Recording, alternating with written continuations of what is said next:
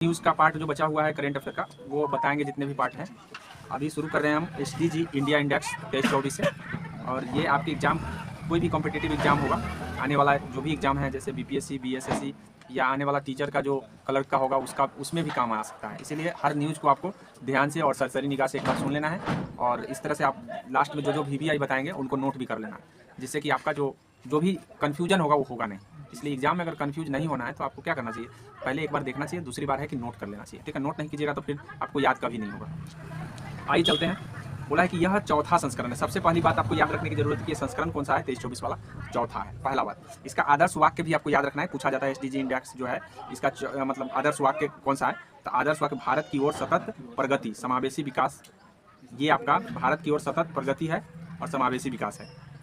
और इसको नीति आयोग ने संयुक्त राष्ट्र विकास कार्यक्रम की मदद से, मतलब जारी करने वाला तो है नीति आयोग लेकिन मदद किया है संयुक्त राष्ट्र विकास कार्यक्रम, ये ध्यान रखिएगा। जारी करने वाला है मतलब किया है नीति आयोग लेकिन मदद कौन किया है, संयुक्त राष्ट्र विकास कार्यक्रम, जिसको हम यूएनईपी कहते हैं। इस बातों को ध्यान रखिएगा।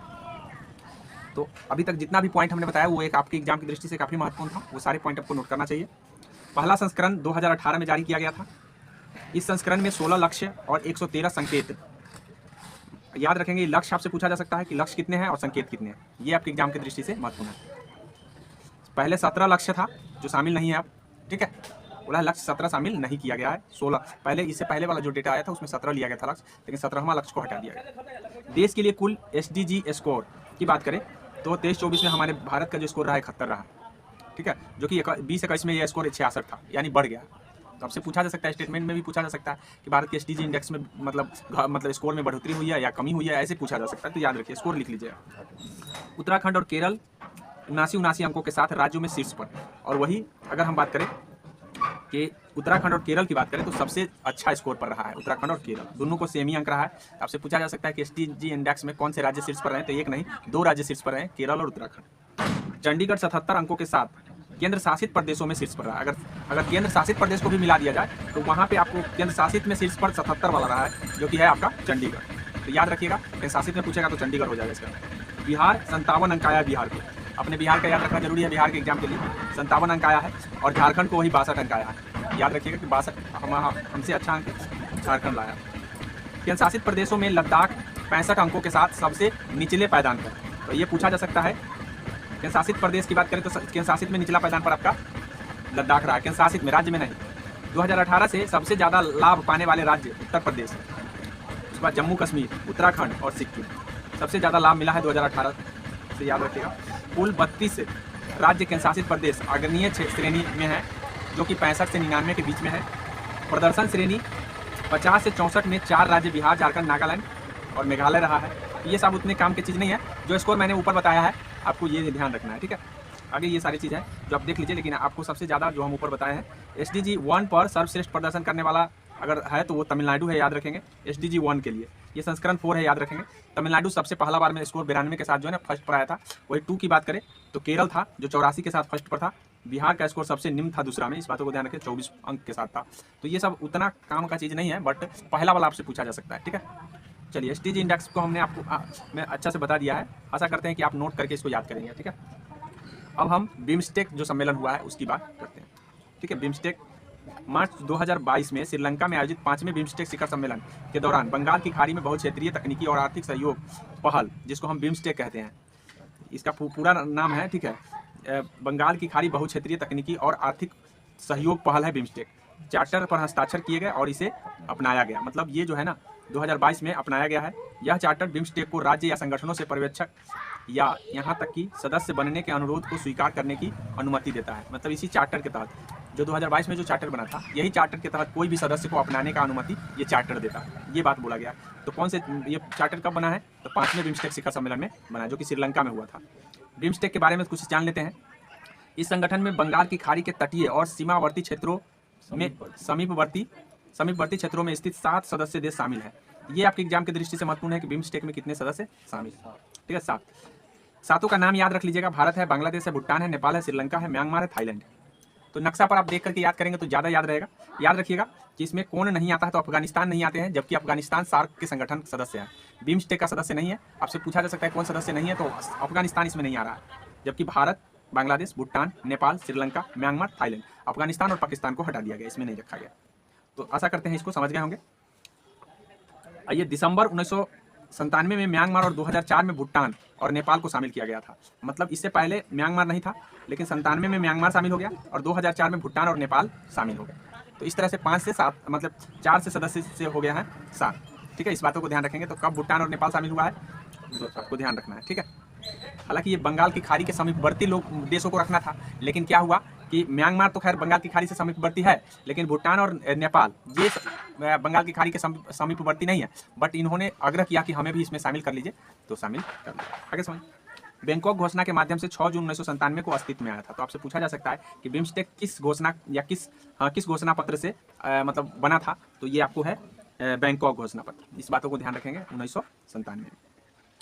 तो ये सारी चीज़ हैं जो हमने बिम्स्टेक के बारे में बताया है। बिम्स्टेक से संबंधित एक जानकारी और है, अनुमानित जनसंख्या की बात कर ले तो 1 इतना बिलियन है, काम के नहीं है। जीडीपी ये है, ये सब बड़े बड़े लेवल के एग्जाम में पूछे जाएंगे, भाई कितना जनसंख्या मतलब के अंतर्गत बिम्स्टेक का संगठन आता है, कितना उसका जीडीपी होता है, तो 5 ट्रिलियन है। और बिम्स्टेक सचिवालय ढाका में, ये आपके एग्जाम की दृष्टि से महत्वपूर्ण है, जो आप नोट कर लेंगे इसके सचिवालय कहाँ है, ढाका में, और 2014 में स्थापित किया गया ये सचिवालय। महासचिव की बात करें तो इंद्रमणि पांडे है, इंद्रमणि पांडे को भी आपको याद रखना है। तो जो चीज़ हमने नोट करने के लिए कहा है, आशा करते हैं इसको नोट करके आप याद करेंगे। ना सिर्फ करंट अफेयर की दृष्टि से बल्कि स्टैटिक की दृष्टि से भी महत्वपूर्ण है। अभी हमने जो बताया सारा स्टैटिक की दृष्टि से महत्वपूर्ण है।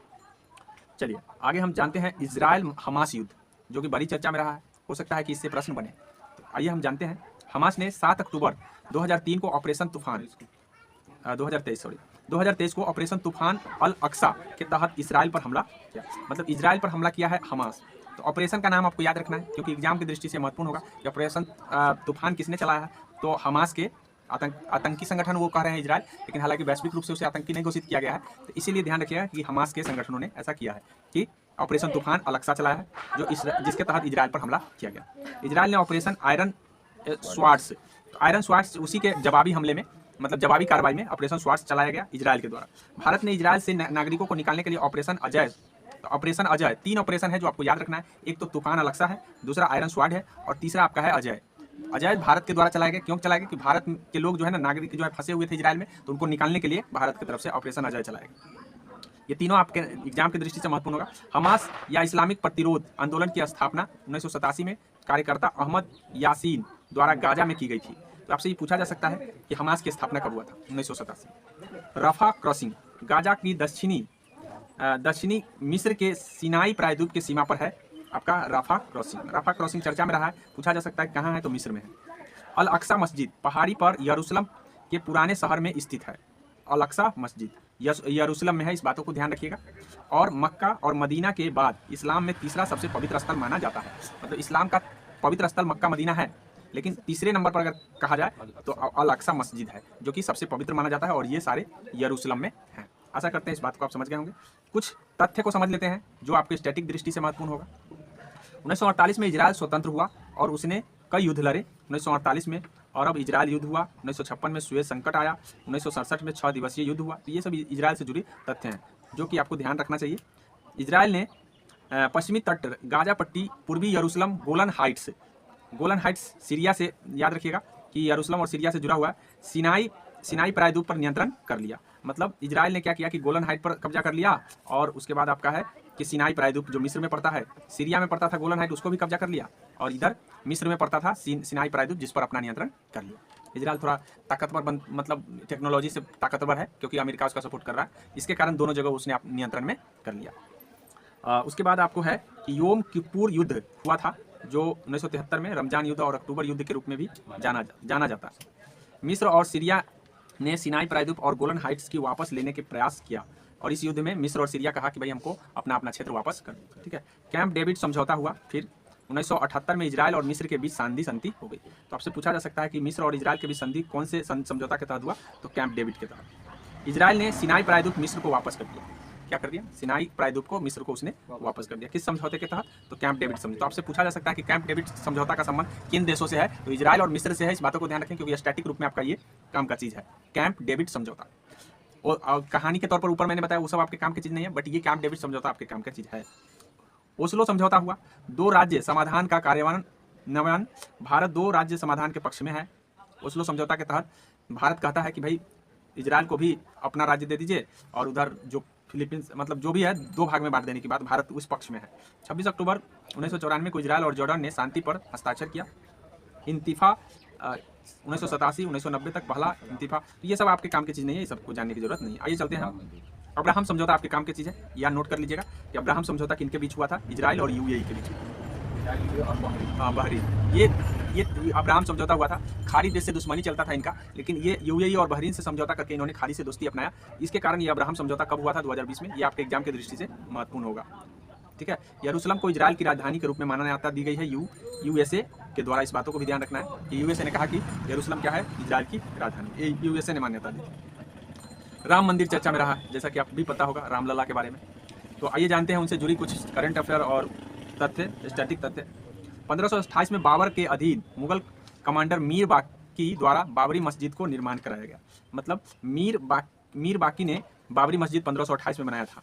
इस बातों को ध्यान रखेंगे, क्योंकि जब मुगल साम्राज्य 1526 में बना था, तब जाकर के मंदिर को ढा करके और बाबरी मस्जिद उसके द्वारा बना दिया गया। 1859 में ब्रिटिशों ने इस स्थलों को 2 अलग अलग खंडों में विभाजित किया।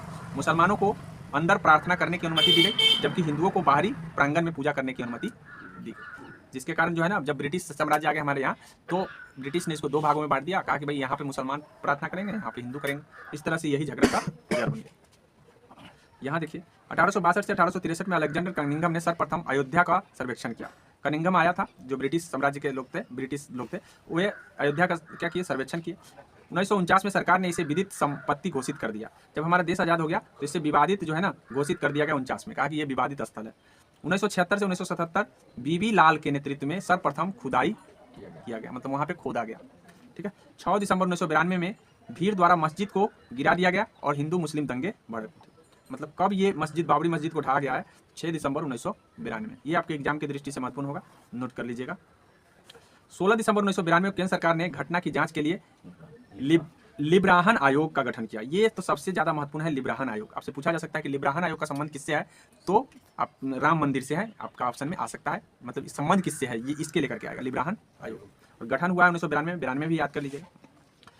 2010 इलाहाबाद उच्च न्यायालय की 3 न्यायाधीश पीठ ने विवादित स्थल को हिंदुओं और मुसलमानों के बीच साझा करने का फैसला सुनाया। कहा कि भाई ये विवादित स्थल को हिंदू और मुसलमान को क्या कर दिया जाए? बांट दिया जाए। 9 दिसंबर 19 को सुप्रीम कोर्ट ने फैसला दिया कि हिंदू मंदिर के निर्माण की देखरेख के लिए जमीन एक ट्रस्ट को सौंपी जाएगी और अयोध्या में ही जमीन का अलग टुकड़ा मुस्लिम समूहों को दिया जाएगा। ये 2019 में फैसला आया है कि भाई एक जगह नहीं रहेगा दोनों का हिस्सा, कहे कि बराबर युद्ध का रणभूमि बन सकता है आगे चल करके। इसीलिए वहाँ से मुसलमान को हटा दिया, कहा कि भाई उसी के बदले अयोध्या में ही उनको जमीन मिलेगा और उस जमीन पर वो अपना मस्जिद बनाएंगे और यहाँ पे राम मंदिर बनेगा। बात समझिए। तो ये पूछा जा सकता है कि सुप्रीम कोर्ट कब फैसला दिया?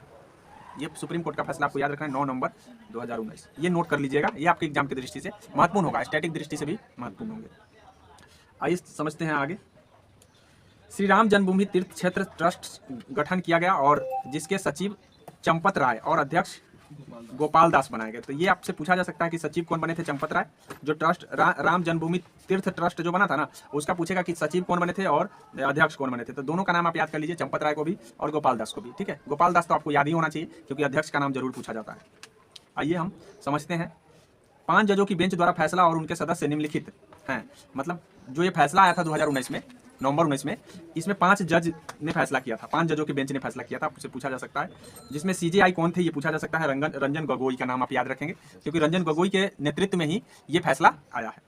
जस्टिस एस बोबडे भी थे वहाँ पे, चंद्रचूड़, अशोक भूषण, एस अब्दुल नाजिर, ये सब भी थे, लेकिन ये सब आपके नहीं पूछे जाएंगे। गोगोई का नाम जरूर पूछा जाएगा। ये आपसे पूछा जा सकता है कि मतलब ये कौन से जज थे, तो जज का नाम ध्यान रखेंगे।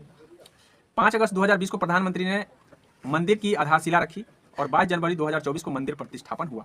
तो पूछा जा सकता है कि रामलला का मंदिर प्रतिष्ठापन कब हुआ? 22 जनवरी 2024 को। इस बातों को ध्यान रखेंगे क्योंकि एग्जाम के लिए आपका महत्वपूर्ण होगा। आइए श्री राम जन्मभूमि मंदिर की विशेषता जान लेते हैं।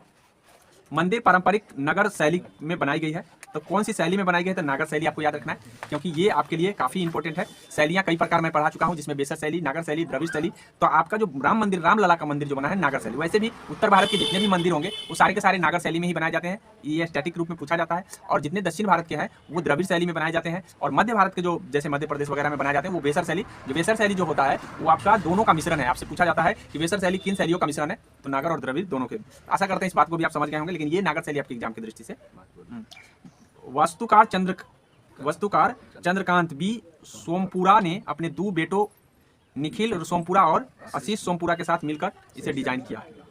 तो आपसे पूछा जा सकता है कि इसके डिजाइनकार कौन है, निखिल और आशीष। लॉन्सन एंड ट्रूबो कंपनी के द्वारा निर्मित किया है, कंपनी का नाम पूछा जा सकता है कि कंपनी कौन है जो बनाया है। और जरूर है, वस्तुकार का नाम तो जरूर हमेशा पूछा जाएगा, आज नहीं, जब जब एग्जाम होगा तब तब पूछा जाएगा। और कंपनी का नाम करंट अफेयर के रूप में पूछा जाएगा, ठीक है, लॉन्सन एंड ट्रूबो। आइए चलते हैं। Tata consulting engineers limited project में मैनेजमेंट कंपनी है। 5 मंडप हैं, इसमें पूछा जा सकता है कि कितने मंडप बनाए गए, 5। नृत्य मंडप, रंग मंडप, सभा मंडप और प्रार्थना मंडप और कीर्तन मंडप। ये आपके एग्जाम की दृष्टि से VBI होगा, पूछा जा सकता है कि कौन से मंडप नहीं बना है, और जो पूरा मंडप याद रखिएगा तभी आप एग्जाम मतलब ये कर पाएंगे। एक नृत्य है, एक रंग है, एक सभा है, एक प्रार्थना है, कीर्तन है, ठीक है, तो इसको नोट करके याद कर लेंगे। मंदिर 3 मंजिला है, प्रत्येक मंजिल 20 फीट ऊंची है। इसमें कुल 392 खंभे और 44 दरवाजे हैं। दरवाजा पूछा जा सकता है, दरवाजा याद कर लीजिए, कितने दरवाजे हैं, 44 दरवाजे। राम मंदिर बनाए गए हैं, उसमें दरवाजों की संख्या क्या है, 44। लंबाई 380 फीट, चौड़ाई 250 फीट और ऊंचाई 161 फीट है। इसे बनाने में लोहा और इस्पात का उपयोग नहीं किया गया, लोहा इस्पात नहीं लगाए गए हैं, इस बातों को ध्यान रखेंगे। मुख्य गर्भगृह में भगवान श्री राम का 5 वर्ष का बालक रूप है, जिसे बालक राम नाम दिया गया है। गर्भगृह में 5 वर्ष के बालक राम को बैठाया गया है, जिसमें हम उसका नाम क्या रखा गया है, बालक राम। परिसर के चारों कोनों पर सूर्यदेव, देवी भगवती, सूर्यदेव है, देवी भगवती है, भगवान गणेश है और भगवान शिव को समर्पित 4 मंदिर हैं। तो पूछा जा सकता है कि कौन कौन देवी के मंदिर समर्पित, मतलब कौन कौन से है कोने पर बनाए गए मंदिर में, किनका किनका है, तो सूर्यदेव का है, उसके भगवती देवी का है, उसके बाद गणेश जी का है और शिव जी का है, ये मंदिर बनाए गए हैं। उत्तरी भुजा में माँ अन्नपूर्णा का मंदिर है और दक्षिणी भुजा में हनुमान मंदिर है। तो भुजाओं पर पूछा जा सकता है, ठीक है, कोना पर पूछा जा सकता है, भुजा पर पूछा जा सकता है। तो भुजा 2 ही भुजा है, उत्तरी और दक्षिणी भुजा, यही 2 पर बना है, नहीं तो कोना सभी कोने कोने पर बने हैं, तो कोने पर 4 और 2 भुजा, 6 मंदिर बना हुआ। टोटल मंदिर कितने बने हुए हैं, तो भुजा उजा लेकर 6। आगे समझिए, अन्नपूर्णा देवी और हनुमान मंदिर। तो किस भुजा पर बना है, तो दक्षिणी भुजा पर। अन्य प्रस्तावित मंदिर महर्षि वाल्मीकि, महर्षि वशिष्ठ, महर्षि अगस्त्य, निषाद, राजा माता सबरी, जटायु, देवी अहिल्या को समर्पित है। और भी मंदिर बनाए गए हैं जो आपके एग्जाम की दृष्टि से उतना महत्वपूर्ण नहीं है। भगवान राम की 3 मूर्तियां का निर्माण अरुण योगीराज, सत्यनारायण पांडे और गणेश भट्ट ने किया है। अरुण योगीराज द्वारा निर्मित 51 इंच की मूर्ति को प्राण प्रतिष्ठा के लिए चुना गया। तो 51 इंच की मूर्ति है, इस बातों को ध्यान रखेंगे, जिसको प्राण प्रतिष्ठा कराया गया। तो राम मंदिर आपका चर्चा में रहा, मैंने बता दिया है पूरा। आशा करते हैं कि राम मंदिर से संबंधित चीजें आप समझ में आ गया होगा। अब हम भारत रत्न कर्पूरी ठाकुर की बात करेंगे, जो काफी चर्चा में रहे। आपके एग्जाम की दृष्टि से पूछा जा सकता है कि 2024 में किन्हें भारत रत्न दिया गया है, तो कर्पूरी ठाकुर को। शायद आप कर्पूरी ठाकुर को जानते हो, नहीं जानते हैं तो उनके बारे में हम जानते हैं। 100वें जन्मवर्ष की पूर्व संध्या पर भारत सरकार ने स्वर्गीय श्री कर्पूरी ठाकुर को भारत रत्न से सम्मानित करने की घोषणा की है। तो किस जन्म, ये सबसे महत्वपूर्ण है, कौन से जन्म वर्ष था, 100वां, ये बात ध्यान रखेंगे। इनके बारे में जान लेते हैं। इनका जन्म 24 जनवरी 1924 में हुआ था, पितौजिया गांव में हुआ था। हाँ, अब कर्पूरी ग्राम के नाम से उसे जाना जाएगा, इस बातों को भी ध्यान रखेंगे कि पितौजिया को अब कर्पूरी ग्राम समस्तीपुर में है पितौजिया। 17 फरवरी 1988 को उनका निधन हो गया था। तो आपको ये याद रखना है, पितौजिया गांव, ठीक है, और पितौजिया गांव का नाम बदलकर कर्पूरी ग्राम कर दिया गया। एग्जाम आप करंट अफेयर की दृष्टि से महत्वपूर्ण है। जन नायक के नाम से लोकप्रिय है, एक लोक नायक है, एक जन नायक है। तो लोक नायक जयप्रकाश नारायण और जन नायक आपको कर्पूरी ठाकुर, इस बातों को ध्यान रखेंगे, ये स्टैटिक की दृष्टि से महत्वपूर्ण है। सामाजिक न्याय के प्रबल समर्थक थे, मतलब समाज में न्याय चाहने वाले थे। आइए समझते हैं कुछ और चीजों को। सोशलिस्ट पार्टी के उम्मीदवार के रूप में उन्होंने 1952 में ताजपुर विधानसभा सीट जीत हासिल किए थे। मतलब ताजपुर में जहाँ पे सर जी का जो है वहाँ पोस्टिंग है, तो वहीं पे जो है 1952 में वे विधानसभा सीट में पहले आए थे। उसके बाद है 2 बार बिहार के मुख्यमंत्री भी रह चुके हैं। तो पूछे जा सकता है कि वे मुख्यमंत्री कितने बार रह चुके हैं, 2 बार। एक तो 1970 से 71 तक और एक 77 से 79 तक। जनता पार्टी के मतलब एक बार जनता पार्टी की तरफ से, एक सोशलिस्ट पार्टी की तरफ से, ठीक है। तो पार्टी भी बदले हैं, इस बातों को ध्यान रखें। 1977 में थोड़े समय के लिए वे सांसद भी बने थे और 5 मार्च 1967 से 28 जनवरी 1968 तक बिहार के शिक्षा मंत्री के रूप में भी काम किया। मैट्रिक परीक्षा में अंग्रेजी को अनिवार्य विषय के रूप में हटा दिया गया। हाँ, ये एग्जाम में आपसे पूछा जा सकता है कि वे व्यक्ति कौन थे जो मैट्रिक परीक्षा में अंग्रेजी विषय को मतलब अनिवार्यता खत्म कर दिए। कर्पूरी ठाकुर ही हैं जिन्होंने कहा कि अंग्रेजी में पास होना जरूरी नहीं, ठीक है। तो ये इन्होंने ही करवाया था जब ये मुख्यमंत्री कहा कि भैया कोई अंग्रेजी में पास करो या फेल करो, उससे मतलब नहीं है, तुमको अनिवार्य विषय में ही पास करना। उन्होंने 1970 में बिहार में पूर्ण शराबबंदी लागू, मतलब नीतीश कुमार जी से पहले ही शराबबंदी बिहार में लागू हो चुका था, लेकिन वो फेल हो गया ठीक है, याद रखिएगा, क्योंकि बाद में शराब खुला था। कर्पूरी ठाकुर फार्मूला ने 1978 में 26% आरक्षण प्रदान किया, जिनमें ओबीसी को 12% हिस्सा मिला। ओबीसी के बीच आर्थिक रूप से पिछड़े वर्गों को 8, महिलाओं को 3%, उच्च जाति को, गरीबों को 3% हिस्सा मिला। तो ये कर्पूरी फार्मूला है, याद रखेंगे, उतना आपके एग्जाम की दृष्टि से। भारत रत्न के बारे में जान लेते हैं कि भारत रत्न क्या होता है। भारत का सर्वोच्च नागरिक सम्मान है यह, मतलब सबसे अगर ऊंचा कोई सम्मान है तो भारत रत्न। दिया कब से जाता है? 2 जनवरी 1954 से दिया जाता है। किसी विशेष वर्ष में वार्षिक पुरस्कारों की संख्या अधिकतम 3 तक सीमित है, अर्थात कोई भी वर्ष में 3 व्यक्ति से ज़्यादा को नहीं दिया जा सकता है, याद रखेंगे। लेकिन इस वर्ष 5 व्यक्तियों को भारत रत्न दिया गया, लेकिन अपवाद में 5 व्यक्ति को दिया गया, इसलिए ये आपके एग्जाम की दृष्टि से महत्वपूर्ण होगा कि इस साल कितने लोगों को दिया गया। ठीक है, कर्पूरी ठाकुर, लाल कृष्ण आडवाणी, चौधरी चरण सिंह, पीवी नरसिम्हा राव, MS स्वामीनाथन, सभी का नाम आपके एग्जाम की दृष्टि से काफी महत्वपूर्ण होंगे। नाम याद कर लेंगे, एक का नाम तो आपको याद हो ही गया, दूसरा लाल कृष्ण आडवाणी, चौधरी चरण सिंह, पीवी नरसिम्हा राव और MS स्वामीनाथन। MS स्वामीनाथन कौन है? आप पता ही है, आपको नहीं पता है? हरित क्रांति के जनक कौन है? भारत में हरित क्रांति के जनक कौन है? तो याद रखेंगे, क्योंकि वहां पे आप एग्जाम की दृष्टि से महत्वपूर्ण हो जाता है जो चीज जो चर्चित है। पुरस्कार में कोई आर्थिक अनुदान नहीं दिया जाता है, ऐसा नहीं है कि पैसा दिया जाता है, इसमें पैसा नहीं मिलता, याद रखेंगे। मानव प्रयास के किसी भी क्षेत्र में असाधारण सेवा, उच्चतर स्तर के प्रदर्शन के लिए पुरस्कार दिए जाते हैं, मतलब असाधारण कार्य जैसा कोई किया नहीं हो वैसा काम करने के लिए करके इनको दिया जाता है।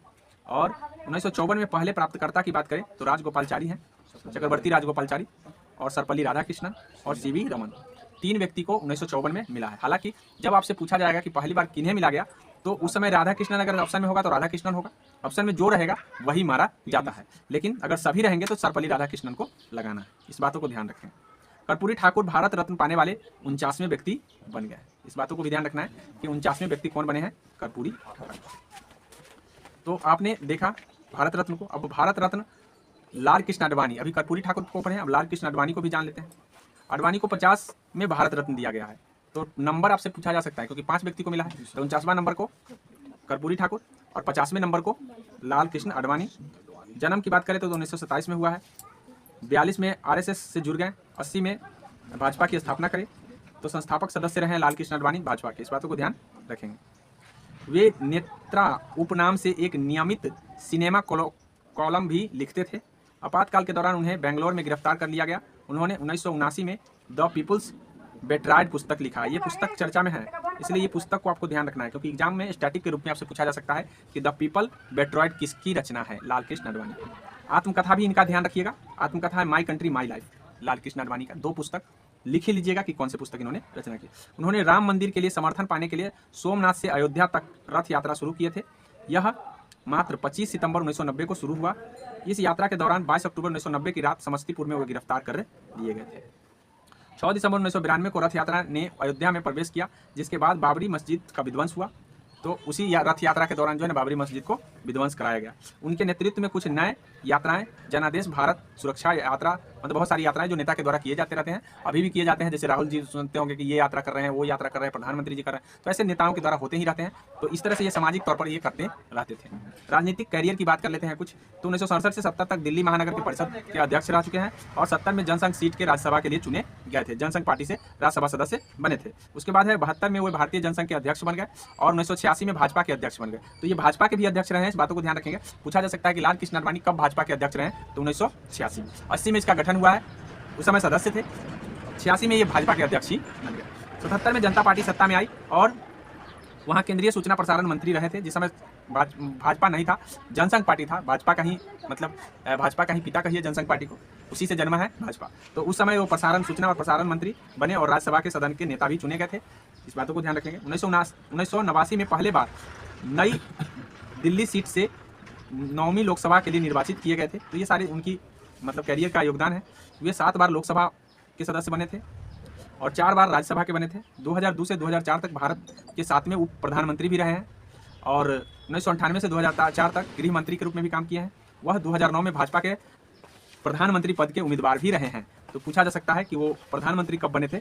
तो 2009 में भाजपा की तरफ से तो प्रधानमंत्री भी बने थे। इस बातों को ध्यान रखेंगे। और कौन कौन से मंत्री बने हैं मैंने पहले भी बता दिया है। अध्यक्ष और प्रधानमंत्री जरूर याद रखिएगा कि कब वो अध्यक्ष बने थे भाजपा का, कब वो प्रधानमंत्री बने। ये 2 बातें आपके एग्जाम की दृष्टि से महत्वपूर्ण होगा। अब हम भारत रत्न चौधरी चरण सिंह की जान लेते हैं, क्योंकि ये भी हमारे एग्जाम की दृष्टि से महत्वपूर्ण होंगे। जैसा कि आपको पता है कि 91 नंबर का इनको मिला है, ठीक है। 91 इनका जन्म की बात करें तो ये उत्तर प्रदेश में हुआ है इनका जन्म 1902 में। ये 51 नंबर का, तो नंबर जरूर ख्याल रखना है। 49 number Karpoori Thakur, 50 number Lal Krishna Advani, 51 number आपसे पूछेगा तो चौधरी चरण सिंह। 1946 में पंडित गोविंद वल्लभ पंत सरकार में संसदीय सचिव बने, संसद के सचिव बने थे। 1907 में भारतीय क्रांति दल के नाम से अपनी पार्टी बनाई थी उन्होंने, इनका नाम बदलकर लोक दल कर दिया गया। तो क्रांति दल आपसे पूछा जा सकता है कि भारतीय क्रांति दल के संस्थापक मतलब पार्टी कौन बनाया था, तो यही बनाए थे 1967 में। और फिर 1970 में यूपी से 5 बार मुख्यमंत्री भी बने थे। 5 बार मुख्यमंत्री, मामूली बात नहीं है, 5 बार मुख्यमंत्री बन जाए तभी भारत रत्न किसी को मिलता है। भारत के तीसरे उप प्रधानमंत्री भी बने थे। 1979 में भारत के 5वें प्रधानमंत्री भी बने थे। तो प्रधानमंत्री भी रह चुके हैं 1979। ये बात आपको याद रखना है कि कब हुए प्रधानमंत्री बने थे, चौधरी चरण सिंह। वित्त और गृह मंत्री के रूप में उन्होंने कार्य किया है। तो सारे कार्य किए हैं, लेकिन प्रधानमंत्री के रूप में कब काम किए हैं ये ध्यान रखेंगे। कितने बार वो मुख्यमंत्री रहे हैं उत्तर प्रदेश में, तो 5 बार। ये बात आप नोट कर लीजिएगा अपने नोटबुक में, इस बातों को ध्यान। प्रसिद्ध कृतियाँ की बात कर ले तो किसानों के लिए वो योगदान दिए हैं। 23 दिसंबर को किसान दिवस के रूप में, ठीक है, मनाया जाता है। मतलब किसानों के लिए उनका योगदान रहा है, जिसके कारण 23 दिसंबर को किसान दिवस के रूप में मनाया जाता है। उनके प्रयासों के कारण उत्तर प्रदेश में जमींदारी और भूमि सुधार अधिनियम आया, 1952 में पेश किया गया। कृषि विषय पर उन्होंने किताबें लिखी हैं। भारत की आर्थिक नीति, गांधीवादी खाका और भारत के आर्थिक दुःस्वप्न, कारण और उपचार, ये सब उनके कृतियां हैं, जिनमें गांधीवाद की खाका याद रखिएगा, एग्जाम की दृष्टि से महत्वपूर्ण होगा। गांधीवाद की खाका किन्होंने लिखा? चौधरी चरण सिंह। उनके महत्वपूर्ण प्रकाशन जमींदारी उन्मूलन है, सहकारी खेती का एक्सरे है, भारत की गरीबी और उसके समाधान। ये भी आपके एग्जाम की दृष्टि से महत्वपूर्ण होगा। भारत की गरीबी और समाधान के लेखक कौन है? तो चौधरी चरण सिंह। तो इससे पहले मैंने उनका भी किताब बताया है, माई कंट्री माई लाइफ हो गया, और भी किताबें बताएं जो कि आपको नोट करना चाहिए क्योंकि एग्जाम में आ सकता है, और वो स्टैटिक के रूप में आएगा। भारत रत्न सम्मानित जो है पामुला पार्टी वेंकट, ठीक है, नरसिम्हा राव, PV नरसिम्हा राव जिसको हम कहते हैं शॉर्ट में। जन्म हुआ है 1921 में, तेलंगाना में हुआ था। 52 में रत्न मिला है इनको, और भारत रत्न। 1971 में वे आंध्र प्रदेश के चौथे मुख्यमंत्री के रूप में आए थे, तो आंध्र प्रदेश में वे मुख्यमंत्री रहे हैं। इंदिरा गांधी और राजीव गांधी सरकार में उन्होंने गृह मंत्रालय का भी कार्यभार संभाला है। तो ये आपके एग्जाम की दृष्टि से वो पूछा जा सकता है कि वो कब बने थे वहाँ के आंध्र प्रदेश के मुख्यमंत्री। उन्होंने केंद्रीय विदेश मानव संसाधन विकास रक्षा मंत्री भी रहे हैं। वे 21 जून 1991 को भारत के 9वें प्रधानमंत्री, तो 9वें प्रधानमंत्री के रूप में 91 में उन्होंने प्रधानमंत्री बने थे, इस बातों को ध्यान रखें। उनके कार्यकाल के दौरान बाबरी मस्जिद विध्वंस हुआ था, तो पूछा जा सकता है कि बाबरी जिस समय मस्जिद जो विध्वंस हुए थे उस समय प्रधानमंत्री कौन थे, तो यही PV नरसिम्हा राव थे। 23 दिसंबर 1904 को उनकी मृत्यु हो गई, 2004 को, और उनके लिए ज्ञान भूमि के रूप में एक स्मारक बनाया गया। तो पूछा जाता है कि जो PV नरसिम्हा राव के जन्मभूमि मतलब स्मारक स्थल का क्या नाम है, तो ज्ञान भूमि PV नरसिम्हा राव के स्मारक, मतलब वहाँ उनका जो भी स्थल है जहाँ पे उन्हें क्रियाक्रम किया गया है, तो उस स्थल का नाम ज्ञान भूमि है, याद रखिएगा। ज्ञान भूमि आपकी एग्जाम की दृष्टि से महत्वपूर्ण होगा। थोड़ा प्रसिद्ध कृतियाँ जान लीजिए। उन्होंने स्वर्गीय श्री विश्वनाथ सत्यनारायण के प्रसिद्ध तेलुगु उपन्यास बेई पदागुलू का हिंदी अनुवाद कराया था। उनकी आत्मकथा द इनसाइडर जरूर लिख लीजिएगा। द इनसाइडर आपके एग्जाम की दृष्टि से महत्वपूर्ण होगा। 1998 द इनसाइडर 1998, ये आपको याद रखना है। LPG सुधार पेश किए थे, और 1992 में नेशनल स्टॉक एक्सचेंज की स्थापना की है। तो यानी नेशनल स्टॉक एक्सचेंज जो हमारा जो शेयर बाजार से संबंधित है 1992 में जो हुआ है, जिसको हम NSA बोलते हैं, नेशनल स्टॉक एक्सचेंज। तो ये याद रखिएगा कि ये इन्हीं की स्थापना किया गया है।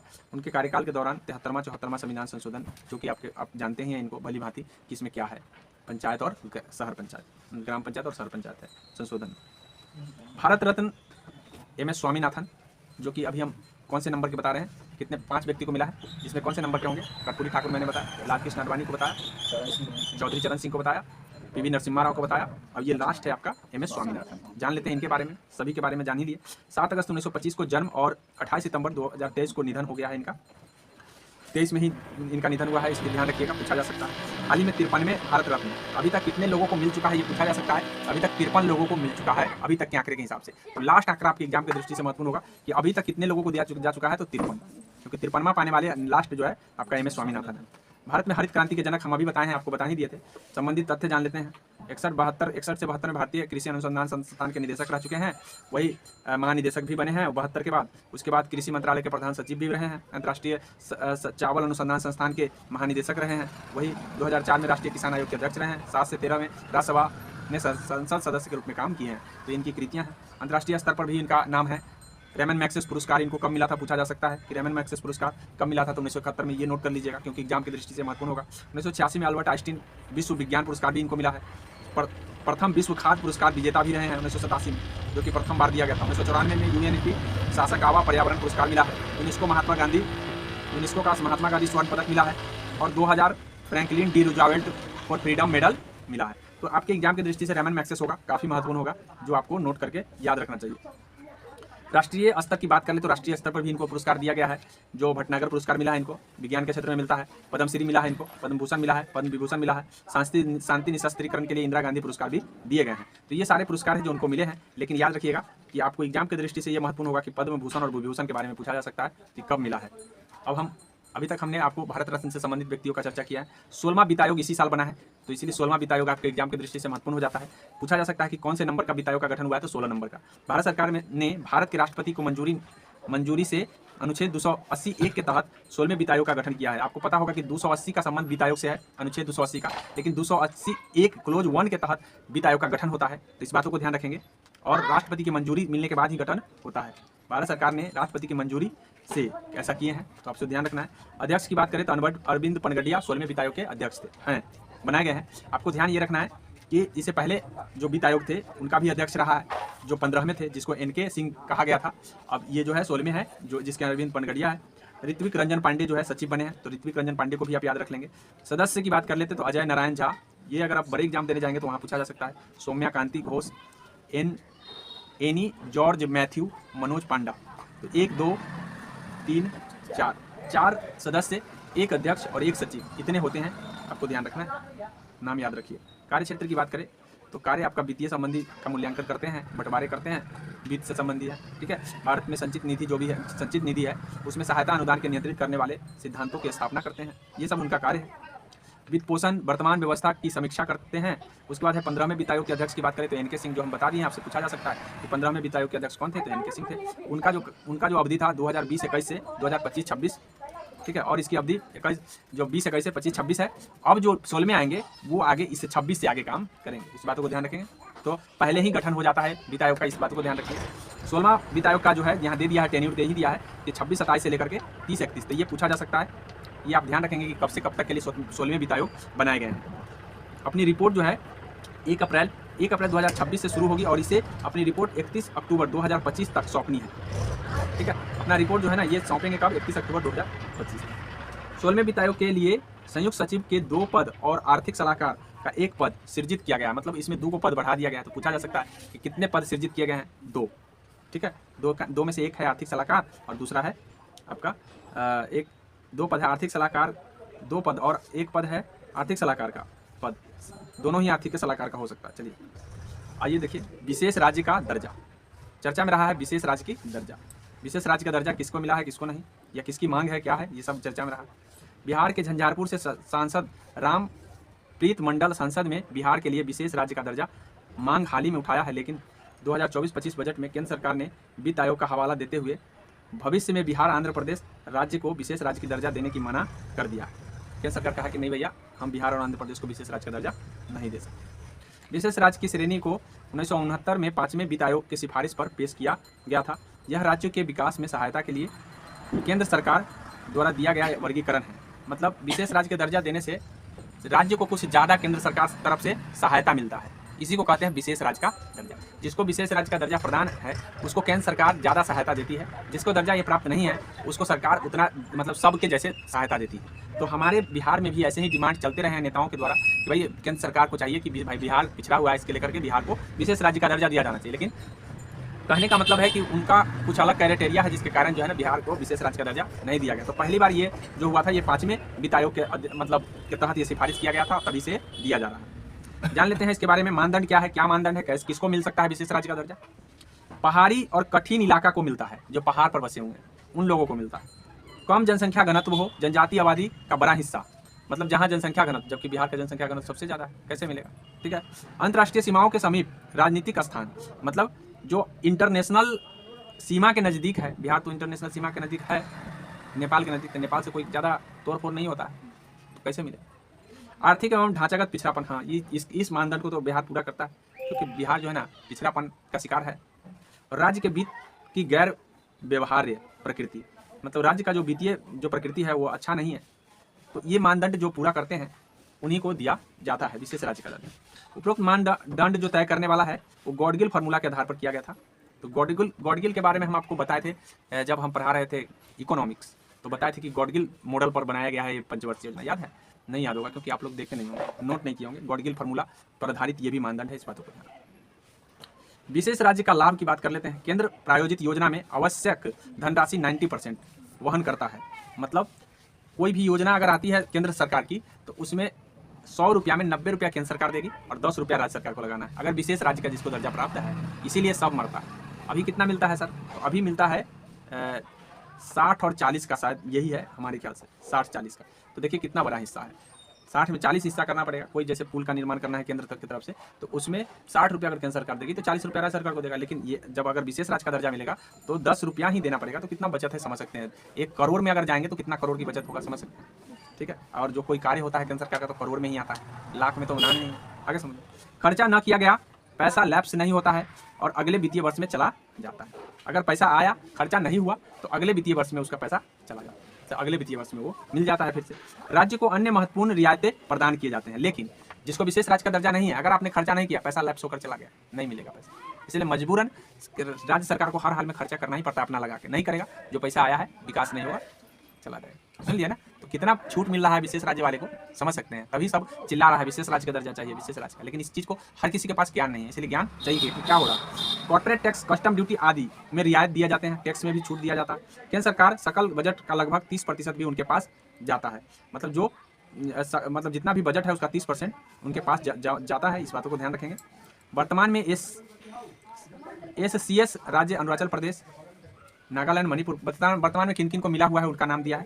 तो आप अरुणाचल प्रदेश हो गया, नागालैंड हो गया, मणिपुर हो गया, मिजोरम हो गया, त्रिपुरा हो गया, मेघालय हो गया, असम हो गया, उत्तराखंड हो गया, हिमाचल प्रदेश हो गया, तेलंगाना हो गया। इन सभी राज्यों को विशेष राज्य का दर्जा प्राप्त है और इन सभी को छूट मिल रहे हैं। तो आशा करते हैं कि आपने देखा कि कौन कौन से राज्य को विशेष राज्य का दर्जा। 14वें वित्त आयोग की सिफारिश के बाद विशेष राज्य का अस्तित्व समाप्त हो गया। जब 14वें वित्त आयोग आया तो विशेष राज्य का अस्तित्व ही समाप्त कर दिया गया। ठीक है, 14वें वित्त आयोग ने कर हस्तांतरण के माध्यम से ऐसे राज्यों को संसाधन अंतर को 30% से बढ़ाकर 42% करने का सुझाव दिया था। तो ये थोड़ा सा अलग एक्सेप्शनल केस है, ध्यान रखें। आशा करते हैं कि विशेष राज्य का दर्जा भी आप समझ गए होंगे। भारत में अपराध रिपोर्ट 2022, अपराध रिपोर्ट को समझ लेते हैं कि क्या अपराध रिपोर्ट कहता है। दिसंबर 2023 में राष्ट्रीय अपराध रिकॉर्ड ब्यूरो, जिसको हम NCRB कहते हैं, ठीक है, नेशनल क्राइम रिपोर्ट ब्यूरो होता है, जिसको हम कहते हैं NCRB, राष्ट्रीय अपराध रिकॉर्ड ब्यूरो, 2022 के लिए भारत में अपराध रिपोर्ट जारी किया है। तो आपसे पूछा जा सकता है कि अपराध रिपोर्ट कौन जारी किया है। रिपोर्ट की मुख्य बातें क्या हैं? प्रति लाख जनसंख्या पर अपराध दर 2021 में 445.9 से घटकर 2022 में 422.22 हो गया। मतलब अपराध घटा है कुल मिला के, ये कहा जाए। इस रिपोर्ट के हिसाब से अपराध क्या है? घटे। आइए समझते हैं क्या हुआ है, नहीं हुआ है। 2022 के दौरान महिलाओं के खिलाफ अपराध के 4.5 लाख मामले दर्ज किए गए हैं। 2022 में प्रति लाख महिला जनसंख्या पर अपराध दर 66.4 थी। दिल्ली देश में महिलाओं के खिलाफ अपराध दर में शीर्ष पर रहा है। तो सबसे ज़्यादा अगर अपराध होता है तो दिल्ली में होता है महिलाओं पर, ध्यान रखिएगा। सबसे ज़्यादा अपराध, इसने बताया है कि सबसे ज़्यादा दिल्ली में अपराध हो रहा है महिलाओं पर, जबकि उत्तर प्रदेश में महिलाओं के खिलाफ अपराधों की संख्या सबसे आगे है। ठीक है, उत्तर प्रदेश में महिलाओं के खिलाफ अपराधों की संख्या सबसे ज़्यादा, अगर संख्या में पूछेगा तो उत्तर प्रदेश में है। ठीक है, इस बातों को ध्यान रखेंगे। उत्तर प्रदेश में महिलाओं की संख्या सबसे ज़्यादा है। SC/ST के खिलाफ अपराध के मामले में 3 प्रमुख राज्य, राजस्थान, मध्य प्रदेश और तेलंगाना। सबसे ज़्यादा अगर SC/ST को तबाह किया जाता है, अपराध किया जाता है SC/ST पर, तो राजस्थान में किया जाता है, मध्य प्रदेश में और तेलंगाना। इन राज्यों में SC/ST को कुछ नहीं समझा जा रहा। वहाँ संवैधानिक जो है ना थोड़ा सा लचीलापन है, जिसके कारण ऐसा, संवैधानिक लचीलापन तो नहीं है, बशर्ते वहाँ मानने वाले लोग जो है ना थोड़ा गलती कर रहे हैं। कोलकाता लगातार तीसरे वर्ष भारत में सबसे सुरक्षित शहर के रूप में उभरा। अगर कहीं सबसे ज़्यादा अगर सुरक्षित लोग हैं रिपोर्ट के हिसाब से तो कोलकाता है, सबसे सुरक्षित शहर माना गया, क्योंकि वहाँ अपराध कम हो रहे हैं। उसके बाद पुणे और हैदराबाद आता है। दूसरे नंबर पर पुणे है, तीसरे नंबर पर हैदराबाद, जहाँ पे लोग सुरक्षित है, अपराध उतना नहीं हो रहा है। सॉरी, कहाँ पर चल गए? यहीं पर। हाँ, महाराष्ट्र में सबसे अधिक आत्महत्याएं हुए हैं। आत्महत्या के मामले में महाराष्ट्र शीर्ष पर रहा है, इस बातों को ध्यान रखेंगे। और तथा तमिलनाडु और मध्य प्रदेश के स्थान रहा है। उसके बाद दूसरे नंबर पर तमिलनाडु और तीसरे नंबर पर मध्य प्रदेश, जहाँ पे आत्महत्याएं हुई हैं। NCRB की स्थापना की बात कर लेते हैं। आपने रिपोर्ट समझ लिया, थोड़ा इनके बारे में, NCRB के बारे में समझ लेते हैं। 86 में स्थापना हुआ है, ये आप नोट कर लीजिएगा स्टैटिक की दृष्टि से। गृह मंत्रालय के अंतर्गत ये काम करता है। कौन मंत्रालय के अंतर्गत काम करता है, ये ध्यान रखेंगे। एनसीआरबी ने 4 रिपोर्ट प्रकाशित किए। भारत में अपराध, भारत में आकस्मिक मौतों और आत्महत्याएं, जेल की सांख्यिकी और गुमशुदा महिलाओं और बच्चों पर रिपोर्ट, ये सारे चीज़ों को उन्होंने प्रकाशित किया है, ध्यान रखें। चलिए COP 28, COP 28 जिसको कहते हैं, चर्चा में रहा। UNFCCC के पार्टियों के सम्मेलन का 28वां सत्र 30 नवंबर से 12 दिसंबर 2023 तक दुबई संयुक्त अरब अमीरात में आयोजित हुआ है। मतलब नवंबर दिसंबर में दुबई में UNFCCC सम्मेलन हुए हैं, ठीक है। United nation framework climate change है, ऐसे करके इनका फुल फॉर्म है, ठीक है। तो ये ध्यान रखिएगा। ये जो है दुबई में इसका हुआ है संयुक्त अरब अमीरात में। 28 के नतीजे 4 स्तंभों पर शामिल है। 4 स्तंभ दिए गए हैं, यह स्तंभ देख लीजिए। न्याय संगत करना है, 30 तक दुनिया को ऊर्जा प्रदान करना है, ठीक है। ये बोला है कितना गीगावाट, 11,000 गीगावाट। वही 30 तक 2% दर को 4% से अधिक कर देना है, ऐसा बोला है। ऊर्जा के बारे में ऐसा लक्ष्य लिया गया। तेल और गैस डिकार्बनाइजेशन चार्टर के 52 हस्ताक्षर किए गए हैं, जिसमें 2050 तक युद्ध तो शुद्ध शून्य संचालन में, मतलब यहाँ पे शुद्ध कर देना है। तो ये सारे लक्ष्य लिए गए हैं, आपको ध्यान रखना है। जलवायु वित्त के ठीक करने की बात कही गई है। और तीसरा स्तंभ जो है लोगों के जीवन और आजीविका पर ध्यान देने की बात कही गई है। चौथा स्तंभ की बात करें तो हर चीज़ को पूर्ण समावेशित के साथ रेखांकित करना, जिसमें जेंडर इक्वलिटी की बात किया गया है। जलवायु कार्रवाई पहल के लिए खेलों पर रणनीति प्रस्तुत किए गए हैं। तो ये सारी चीज़ें हैं जो लक्ष्य लिए गए हैं। आपके एग्जाम की दृष्टि से पूछा जा सकता है कि COP 28 में कितने स्तंभ है, तो 4 स्तंभ। ये आप याद कर लेंगे, इतना ही। और कहाँ पे आयोजन हुए हैं ये भी आप याद कर लेंगे।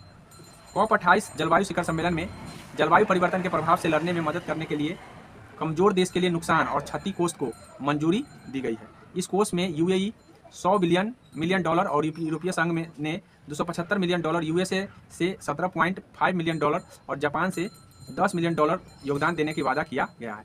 मतलब कहने का मतलब ये है कि जलवायु से हमको निपटना है, तो हमको कुछ ऐसे चीज़ें हैं जो बंद करना पड़ेगा। जैसे प्लास्टिक को बंद करना पड़ेगा। जैसे बहुत सारे देश में बिना प्लास्टिक का उनका उद्योग धंधा बंद हो जाएगा। बहुत सारे लोग जो है प्लास्टिक से बना करके ही अपना जीवन भरण पोषण कर रहे हैं। तो ऐसे परिस्थिति में उन लोगों को क्षति हो जाएगा जो अपना पेट भर रहे हैं उसी चीज़ से। तो इन लोगों का कहना है, जो बड़े बड़े देश, जो महान औद्योगिक देश हैं, उनका कहना है कि हम लोग क्षतिपूर्ति देंगे, योगदान देंगे। तो कौन कितना देगा? सबसे ज़्यादा आपका UAE देगा।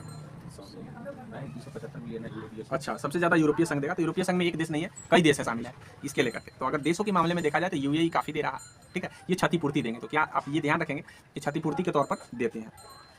चलिए, COP 28 के दौरान प्रधानमंत्री नरेंद्र मोदी अपने संबोधन में COP 33 शिखर सम्मेलन का आयोजन भारत में करने का प्रस्ताव दिया है।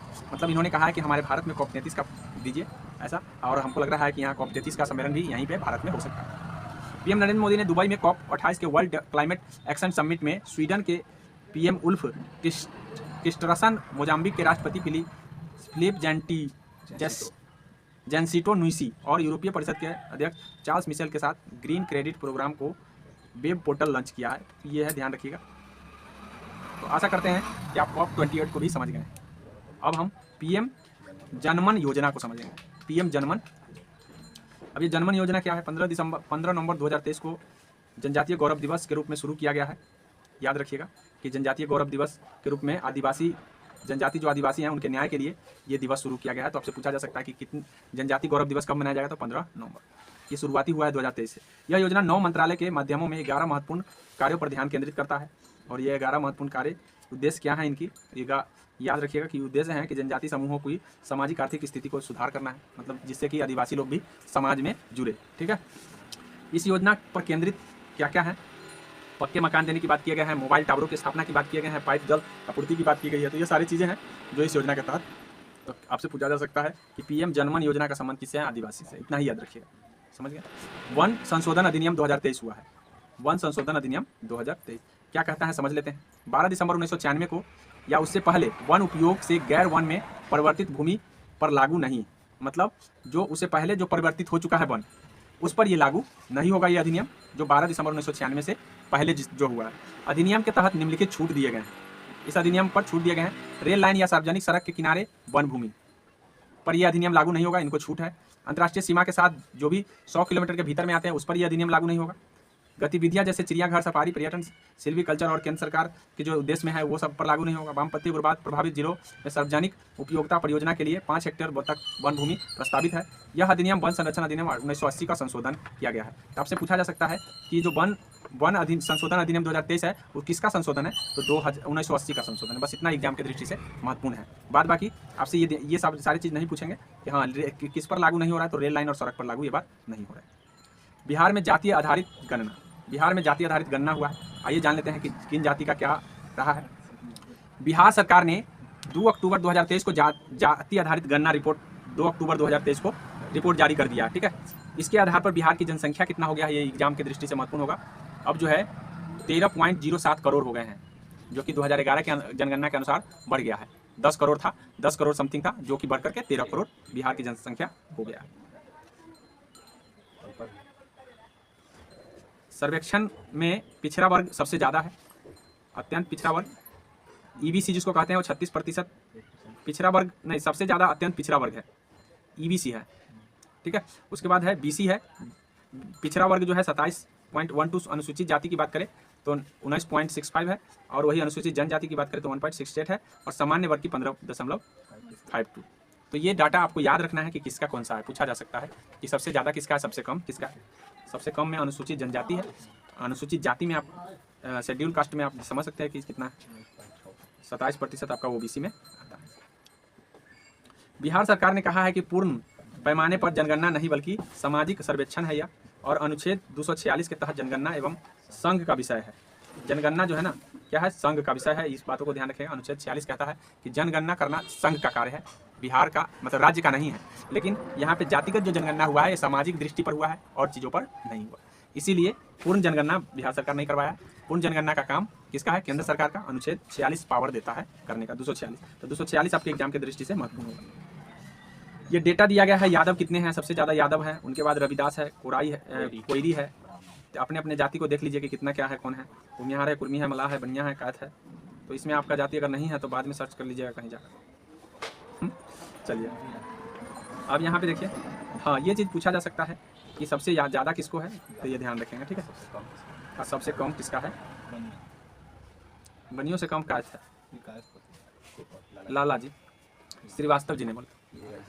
चलिए आगे है, पृष्ठभूमि की बात करें तो आखिरी बार एसईसी के रूप में जातिगत जनगणना 1931 में हुआ था। इससे पहले कभी जनगणना हुआ था जातिगत तो 1931 में हुआ, उसके बाद आकर के ये 2000 कब हुआ, 23 में हुआ, अक्टूबर 2023 याद रखेंगे।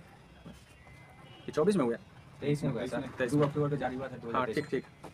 चलिए आज़ादी के बाद 2011 में सामाजिक आर्थिक जातिगत जनगणना, लेकिन जातिगत आंकड़े जारी नहीं किए गए थे। आज़ादी के बाद जो है 2011 में ये जनगणना हुआ था, लेकिन आंकड़े जारी नहीं किए गए थे।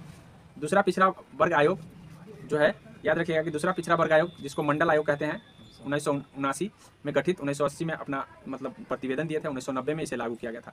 तो ये आपसे पूछा जा सकता है कि मंडल आयोग का गठन कब हुआ था, कब इन्हें अपना रिपोर्ट सौंपा था, और कब इसका लागू किया गया था मंडल आयोग की सिफारिश। तो मंडल आयोग को ध्यान रखेंगे, दूसरा नंबर का है, पहला नंबर का नहीं है, दूसरे नंबर का है ये आयोग पिछड़े वर्ग के लिए। वो मंडल आयोग है जो कि 79 में गठित हुआ, 80 में रिपोर्ट सौंपा और 90 में ये लागू किया, इनके सिफारिशों को लागू कर दिया गया। इनके अनुसार जो है ना ओबीसी आबादी 52%, ऐसा इनका मानना। इसी के आधार पर मानते हुए बिहार सरकार ने सरकारी नौकरी और शिक्षा संस्थानों में 65% सीट आरक्षित किया था, जो पहले 50% था। और यही चर्चा का विषय रहा, जो केस चल रहा था, जिसमें उच्च न्यायालय कह दिया था कि भाई हम इसको नहीं मानते हैं 65% आरक्षण को। ये बिहार सरकार अपना से लागू कर दिया था, और 50% पहले था, तो यही 50% से 65% किया, जिसके कारण TRE 3 लटका हुआ है। तो आपको ध्यान रखना है, यही मामला फंसाया हुआ। लेकिन पटना उच्च न्यायालय ने 20 जून 2024 को इसको रद्द कर दिया। ये सारी चीज़ें बंद। चलिए तो इसको रद्द कर दिया गया है, और अभी केस जो है ना इस पर निर्णय नहीं आया है। सुप्रीम कोर्ट का निर्णय जब आ जाएगा तो क्लियर हो जाएगा। नारी शक्ति बंधन अधिनियम 2023 आया है, जिसमें क्या हुआ है, तो आपसे ये अधिनियम का नाम याद रखना है, ठीक है। 106वां संशोधन है ये। तो 106वें संशोधन का क्या नाम है, नाम याद रखना जरूरी है। और संशोधन के तहत जो है ना, जबकि 128वां क्या है, संविधान संशोधन बिल है। ये बिल अगर पूछे तो 128वां है, लेकिन संवैधानिक संशोधन अधिनियम ये 2023 जो है 106वां है। विधायक की बात कर लेते हैं, तो यह लोकसभा, राज्य विधानसभाओं और दिल्ली विधानसभा महिला के 33% आरक्षण से है। जितने भी सभा हैं, लोकसभा हो गया, विधानसभा हो गया, दिल्ली विधानसभा हो गया, महिला के लिए 33% आरक्षण की बात किया। यह मौजूदा SC और ST आरक्षण के भीतर महिलाओं के लिए 1/3 सीट में भी आरक्षित करता है। मतलब SC ST में भी 1/3 सीट को आरक्षित करेगा। सीटें चक्रानुक्रम आधार पर आरक्षित किए जाएंगे, और आरक्षण 15 वर्षों के लिए प्रदान किया जाएगा। कितने वर्षों के लिए पूछा जा सकता है, 15 वर्ष के लिए, ठीक है। इसके पश्चात संसद द्वारा निर्मित विधि के माध्यम से ही जारी रखा जाएगा। आगे संसद अगर बढ़ा देता है इसको तो बढ़ता रहेगा, नहीं तो वहीं पे समाप्त हो जाएगा। नोट कर लेते हैं थोड़ा कि ये अनुच्छेद 330A और 332A के में जोड़ा जाएगा। तो अनुच्छेद आपके एग्जाम के दृष्टि से महत्वपूर्ण होगा। अनुच्छेद 170 और 3 और अनुच्छेद 82 में संशोधन किया जाएगा, क्योंकि ये विधानसभा के लिए, ये होगा लोकसभा के लिए और ये, ठीक है, 170 82 में संशोधन किया जाएगा परिसीमन के लिए, मतलब ये किए जाएंगे। लोकसभा में सिर्फ 2 AIMIM सांसदों ने इसका विरोध किया है, मतलब इस पर जो हुआ है, मतलब 2 ही जो सांसद है विरोध किए हैं, बाद बाकी किसी ने विरोध इस पर नहीं किया, सब ने कहा कि ऐसा होना चाहिए। चलिए अब समझते हैं G20 दिल्ली घोषणा। तो रूस यूक्रेन युद्ध पर कहा गया है कि सभी राज्यों को संयुक्त राष्ट्र चार्टर के अनुरूप कार्य करना चाहिए, मतलब जो संयुक्त राष्ट्र का चार्टर कहता है उसी के अकॉर्डिंग काम करना चाहिए, उससे आगे नहीं जाना चाहिए ताकि शांति बने रहे। क्रिप्टो एसेट्स नियामक ढांचे के लिए संयुक्त रोड मैप बनना चाहिए। महिला सशक्तिकरण पर कार्य होना चाहिए। ग्लोबल डिजिटल पब्लिक, तो क्या क्या होंगे ये चीज़ ध्यान रखिएगा। तो ये आपको 2030 तक 3 गुना नवीकरणीय ऊर्जा की बात कहा गया है। और G20 में पहली बार UNGA 75 और पर समझौता, अफ्रीका संघ सम्मिलित। हाँ, ये पूछा जा सकता है कि अफ्रीका कौन संघ सम्मिलित हुआ है, तो अफ्रीका संघ। तो G20 में अफ्रीका संघ को शामिल कर लिया गया है। वैश्विक जैव ईंधन गठबंधन की बात किया गया है। ISAS के साथ ग्रीन हाइड्रोजन इनोवेशन सेंटर की स्थापना की बात की गई है। G20 की स्थापना की बात करें तो यह जो हुआ था 1999 में एशियाई वित्तीय संकट के बाद हुए थे। तो ये सारी चीज़ें हैं जो ध्यान रखना है। इसमें ध्यान रखने बात है कि अफ्रीका संघ शामिल हो गया है संगठन में। आइए समझते हैं। तो G20 में जो है ना सदस्य थे, पहले 19+1 था, अब 19+1 हो गया है, क्योंकि 2 संघ शामिल हो गया। 19 देश है, 2 संघ। 17 सितंबर को विश्वकर्मा जयंती के रूप में मनाया गया। जैसे विश्वकर्मा पूजा तो मनाते ही हैं, विश्वकर्मा जयंती के अवसर पर प्रधानमंत्री ने पारंपरिक शिल्प कला और कौशल में लगे श्रमिकों को सरकारी सहायता देने के लिए विश्वकर्मा योजना शुरू कर दी है विश्वकर्मा जी की जयंती और नोडल एजेंसी लागू कर दी है। तो ये सारी ध्यान रखिएगा किसके लिए किया गया है, यही एग्जाम की दृष्टि से महत्वपूर्ण होगा। तो जो व्यक्ति जो श्रमिक है, जो कौशल श्रमिक है, जैसे कहने का मतलब जो कारीगर है उनके लिए, हाँ, जो बनाने वाले कारीगर हैं उनके लिए किया गया। वित्तीय सहायता दिया जाएगा 13,000 करोड़ रुपया इस पर, मतलब सरकार बोली है कि खर्चा करेंगे, ऐसा बोला है। किनको किनको दिया जाएगा, कौशल उन्नयन को, टूल किट प्रोत्साहन के लिए ऋण सहायता, ये सारी चीज़ें हैं। सामान भी मिलेगा और पैसा भी मिलेगा।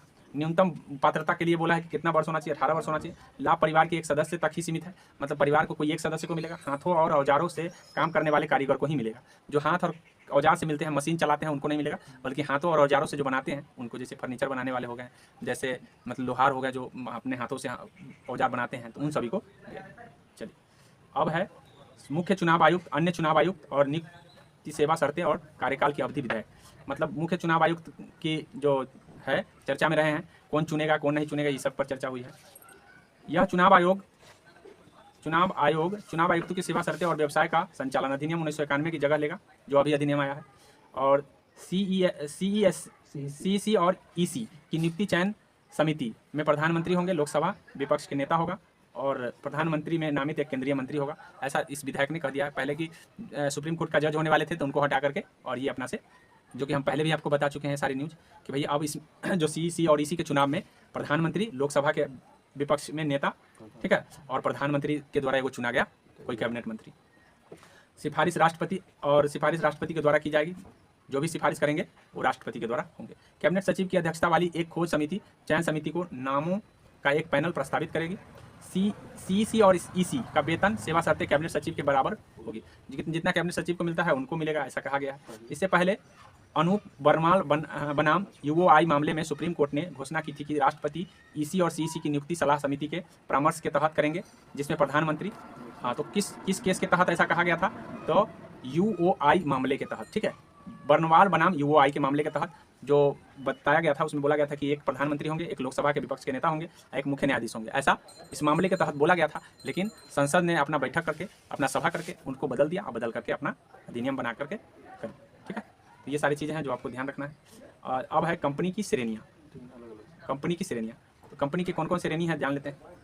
कंपनी की 3 अलग अलग श्रेणी है, जिसमें महारत्न आते हैं, नवरत्न आते हैं और मिनी रत्न आते हैं। 3 श्रेणियाँ। 13 महारत्न कंपनियाँ हैं। 13वां कंपनियाँ जो बना है ऑल इंडिया लिमिटेड। हाँ, 12 अगस्त 2024 तक भारत में 21 नवरत्न कंपनी हैं, यह ध्यान रखेंगे। 21 महारत्न, जिसमें 21वां जो बना है वो है आपका, हाँ, डॉक शिल्प इरिडा बना है, इरिडा का नाम याद रखेंगे, ये 20वां है। और 21वां बना है आपका नवरत्न माझगांव डॉक शिपयार्ड लिमिटेड, ठीक है। माझगांव जो डॉक शिपयार्ड लिमिटेड है माझगांव में, उनको 21 नंबर का बनाया गया। इससे पहले जो था इरिडा को बनाया गया। तो नवरत्न और महारत्न का नाम याद रखिएगा कितना कितना है। महारत्न के मानदंड क्या होने चाहिए, कौन कंपनी महारत्न बन सकता है, तो जो पहले से नवरत्न है वही महारत्न बनेगा। भारतीय स्टॉक एक्सचेंज में सूचीबद्ध होना चाहिए। 25,000 करोड़ उसका टर्नओवर होना चाहिए 3 साल का। 3 साल में 25,000 करोड़ उसने टर्नओवर किया होगा।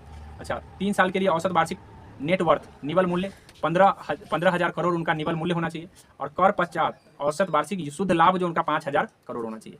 तो ध्यान रखेंगे कि उनका जो औसत नेटवर्थ नेट मूल्य जो होना चाहिए 15,000 होना चाहिए, टर्नओवर जो होना चाहिए 25,000 होना चाहिए और 5,000 उनका लाभ होना चाहिए, तब वो महारत्न बन सकते हैं। जो नवरत्न इस क्राइटेरिया पर मतलब आएंगे उनको महारत्न बनाया जाए, ये ध्यान रखेंगे।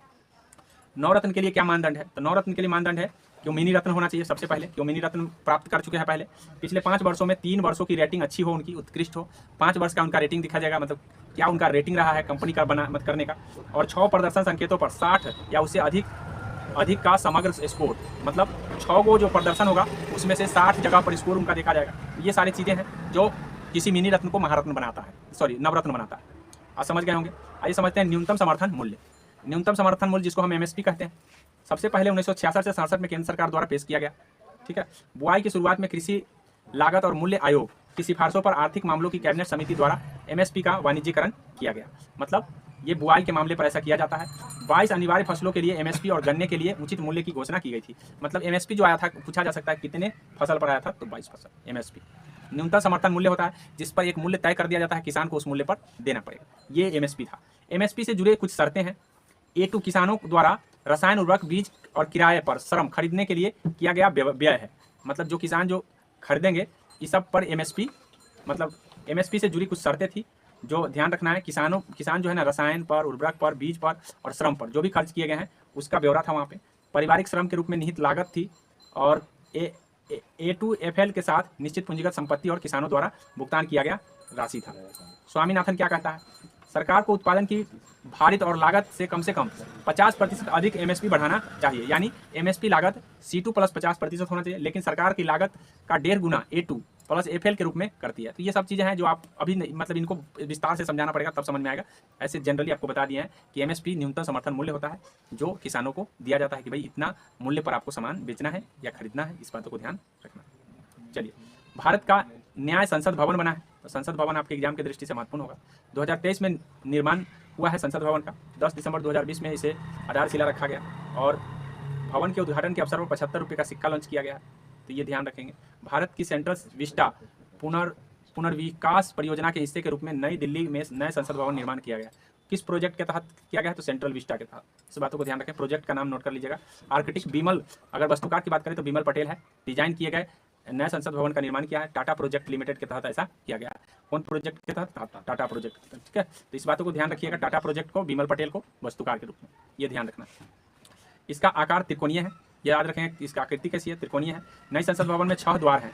द्वार कितने हैं याद कर लीजिएगा, ध्वज द्वार, अश्व द्वार और शार्दूल द्वार, हंसा द्वार, गरुड़ द्वार और मकर द्वार। सब द्वार का नाम लिख के याद कर लीजिए क्योंकि कौन द्वार नहीं है ऐसा पूछा जाएगा।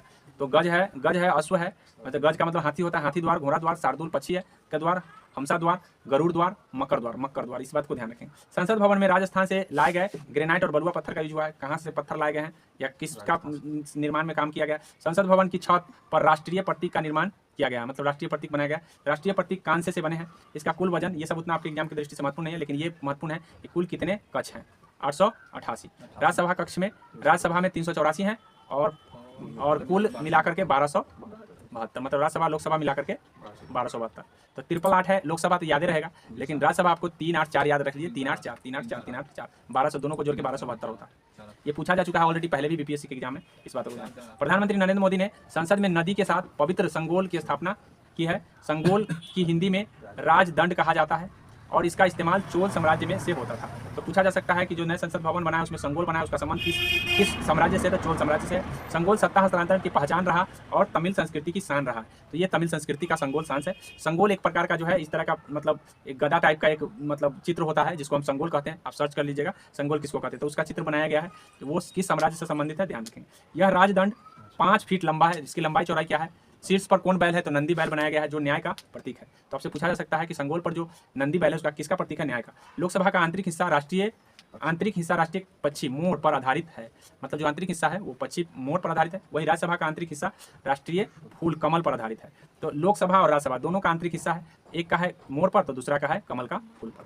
संसद परिसर में राष्ट्रीय वृक्ष बरगद है। तो आपसे पूछा जा सकता है कि संसद परिसर में किसका वृक्ष है? बरगद का। तो ये सब नोट करने वाली बात है जो आप कर लीजिएगा। आइए 2023 के लिए भारतीय अंतरिक्ष स्थिति आकलन रिपोर्ट आया है। तो अंतरिक्ष स्थिति आकलन रिपोर्ट में क्या कहा है?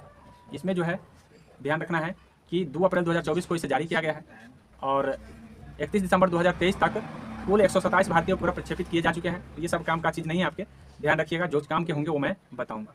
तो इसके अलावा 2023 के अंत तक 3 भारतीय अंतरिक्ष मिशन सक्रिय थे, अर्थात चंद्रयान 2 ऑर्बिटर आदित्य L1 और चंद्रयान 3 का प्रोपल्सन मॉड्यूल। 2023 तक भारतीय परीक्षणों के कुल 82 रॉकेट निकायों को कक्षा में स्थापित किया गया। PSLV C3 का ऊपरी चरण 2001 में आकस्मिक रूप से टूट गया है। 371 मलबा उत्पन्न हुए हैं। तो कौन सा टूट गया है ध्यान रखिएगा, PSLV C3 के ऊपरी चरण टूट गया है 2001 में, इस बातों को ध्यान रखेंगे। और कुल 5 भारतीय उपग्रह, 46 विदेशी उपग्रह और 8 रॉकेट निकाय अपनी इच्छित कक्षाओं को स्थापित किए गए हैं। तो ये रिपोर्ट आपका एग्जाम की दृष्टि से उतना महत्वपूर्ण नहीं है। अब है विश्व मत्स्य पालन और जलीय कृषि की स्थिति 2024। तो मछली पालन की बात कर लेते हैं। तो मछली पालन में आपका जो महत्वपूर्ण है मैं बता दे रहा हूँ। इसमें जो महत्वपूर्ण है, एशियाई देशों ने 70% जलीय जानवरों को उत्पादन किया है। इसके बाद यूरोप और लैटिन अमेरिका देशों ने स्थान लिया है। मुख्य जलीय पशु उत्पादक देश चीन है। ये पूछा जा सकता है कि सबसे ज़्यादा कौन जलीय पशु का उत्पादन करते हैं? तो चीन करते हैं, दूसरा नंबर पर भारत है। ये आप नोट कर लीजिएगा। भारत की स्थिति की बात करें, भारत दुनिया का तीसरा सबसे बड़ा मछली पकड़ता उत्पादक देश है, मतलब मछली पकड़ने या उत्पादन करने में भारत का स्थान तीसरा है, वही और चीन के बाद दूसरा है। ठीक है, चीन के बाद दूसरा सबसे बड़ा जलीय कृषि उत्पादक है। इस बातों को ध्यान रखेंगे। भारत ने वित्तीय वर्ष 2022-23 में कितना उत्पादन किया है ये नहीं है महत्वपूर्ण। यह देश का सकल मूल्य में कितना लगभग योगदान दे रहा है, तो ये ध्यान रखें। यह क्षेत्र देश में 28 मिलियन से अधिक लोगों को आजीविका साधन है। कितना लोगों का आजीविका है? 28 मिलियन लोगों का आजीविका है। स्वच्छ सर्वेक्षण 8वां संस्करण है। सबसे पहली बात तो यही याद रखना है कि स्वच्छ सर्वेक्षण आवास 2023 से 8वां संस्करण है। जारीकर्ता केंद्रीय आवास और गृह मंत्रालय द्वारा जारी किया गया है, शहरी मंत्रालय द्वारा। राष्ट्रपति द्रौपदी मुर्मू ने भारत मंडप नई दिल्ली में स्वच्छता सर्वेक्षण पुरस्कार 2023 प्रदान किए हैं। तो कहाँ पे? भारत मंडप में किए हैं। वर्ष 2023 सर्वेक्षण का विषय अवशिष्ट से धन। ये विषय क्या कौन सा रहा है? तो अवशिष्ट से धन। अगर विषय की बात करें तो कम करें, पुनः उपयोग और रियासकाल करें, रिसाइकल करें, ये बोला गया है। अब ये ध्यान रखिएगा कि रिपोर्ट में जो है ना, सबसे प्रदर्शन अगर सबसे अच्छा रहा है तो इंदौर का रहा है, और उसके बाद दूसरे नंबर पर गुजरात, तीसरा नंबर मुंबई। सबसे प्रदर्शन वाले अगर राज्य की बात करें तो महाराष्ट्र रहा है, मध्य प्रदेश और छत्तीसगढ़। राज्य की बात अलग है और शहर की बात अलग होता है। तो शहर में मध्य प्रदेश का इंदौर है, लेकिन राज्य में महाराष्ट्र है, इसमें कंफ्यूज नहीं होना है। वही मध्य प्रदेश दूसरे स्थान पर है, जबकि इसका शहर पहला स्थान पर है। इस बातों को ध्यान रखिएगा, गुजरात और नवी मुंबई। अगर सबसे कम स्वच्छ शहर की बात कर लेते हैं तो सबसे कम स्वच्छ शहर में कोलकाता है, आसनसोल है, हावड़ा है। तो सबसे कम में कोलकाता। सबसे गंदा शहर की बात करिए तो कोलकाता है, दूसरे नंबर पर आसनसोल और तीसरा हावड़ा। अरुणाचल प्रदेश सबसे कम स्वच्छ शहर, अगर हम राज्य की बात करें तो अरुणाचल प्रदेश है, मिजोरम है, और सबसे गंदा राज्य जो है अरुणाचल प्रदेश, दूसरे नंबर पर मिजोरम, फिर राजस्थान। 1 लाख से कम आबादी वाले महाराष्ट्र। तो ये सब आपके काम के नहीं है, वही रिपोर्ट आपका काम का था। आशा करते हैं कि आप इस बात को समझ गए होंगे। एक चीज़ और समझ लीजिए कि स्वच्छ भारत मिशन 2024 के लिए नया संकल्प है, के लिए गान जो रहा है, नया संकल्प नया प्रकल्प, ये ध्यान रखिएगा। और सफाई मित्र सुरक्षा चैलेंज में भाग लेने वाले शहरों में चंडीगढ़ सर्वश्रेष्ठ पुरस्कार प्राप्त किया है। तो आइए हम इसी पर लेते हैं विराम। सारी न्यूज़ को हमने खत्म कर दिया। आशा करते हैं सारी न्यूज़ आप समझ गए होंगे।